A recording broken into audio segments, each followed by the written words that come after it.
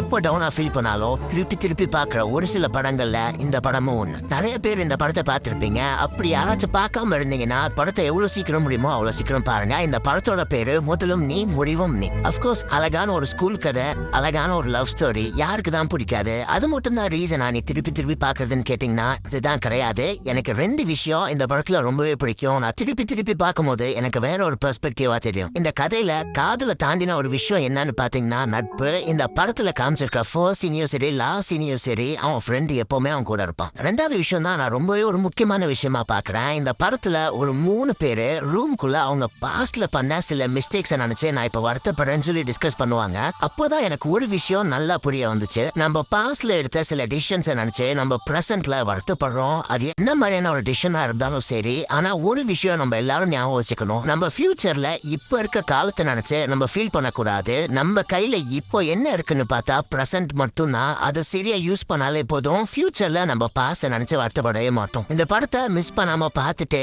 உங்களோட ஃபீலிங்ஸை கமெண்ட் செக்ஷன்ல சொல்லுங்க.